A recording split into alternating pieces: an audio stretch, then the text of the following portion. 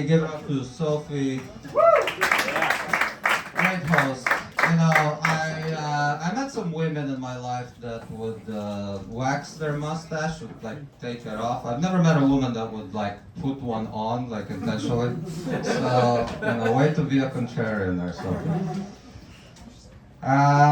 Right. So I was watching porn on Pornhub the other day. Yeah, I thought I'd start with that. Anyway, and in the middle of the video, an ad popped up saying, "Stop masturbating." What? With Pornhub? It's awfully presumptuous of you to assume that just because I'm watching porn, I must be masturbating. I wasn't masturbating. I was driving.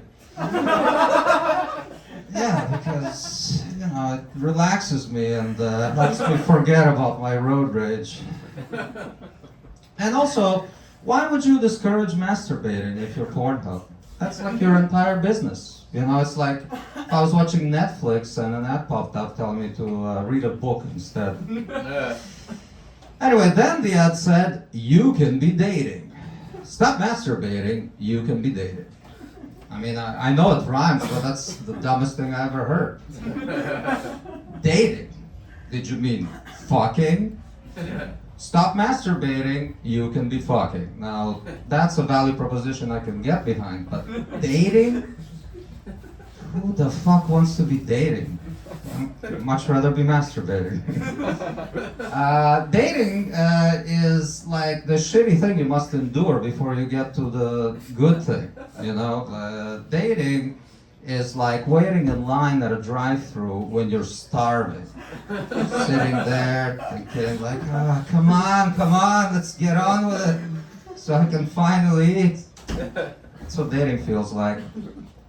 In fact, dating is worse because at the end of it, fucking is not guaranteed. You know, at least when you go to get food, you know, when you get to the front of the line, eating is guaranteed. Dating is like lining up to get food, only when you finally get to the front of the line, they tell you like, sorry, we're not gonna give you the food. You're too unattractive, or too poor, or too unstable. Have you considered masturbating? Right. So, my girlfriend, she lost a lot of weight recently. Yeah, she did.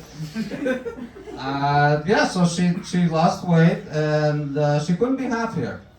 Not because she lost the weight, but because she left me a few weeks later. She said she's way out of my league now, and so she started dating a homeless man. Yeah, she didn't know he was homeless at first. They met on a dating app, and all his profile photos were of him kind of leaning on walls that were covered in graffiti. So first she thought he was a struggling street artist. Turned out he was just struggling a lot. Yeah, I couldn't believe it. I didn't understand what you could possibly see in a guy like that. So I asked ChatGPT what the benefits of dating a homeless man are.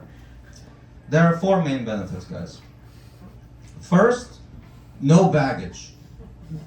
Not a huge benefit if you ask me, unless you're traveling with your homeless companion. Second, a sense of adventure. When you're homeless, every day is an adventure. And what woman wouldn't dream about going on an exciting adventure with a man dumpster diving their way from one safe injection site to the next? Third benefit is low expectations. Because, you know, it's pretty hard to be disappointed with anything a homeless man does. Would you be disappointed if your boyfriend pissed himself in public? Probably. But your homeless boyfriend? What did you really expect? The last benefit of dating a homeless man is his resilience.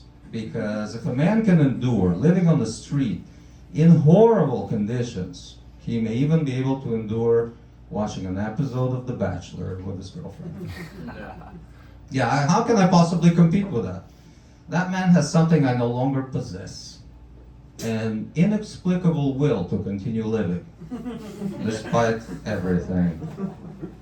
Sorry guys, that was a little bit dark. So I'm gonna leave it tonight on a brighter note. My roommate died last month.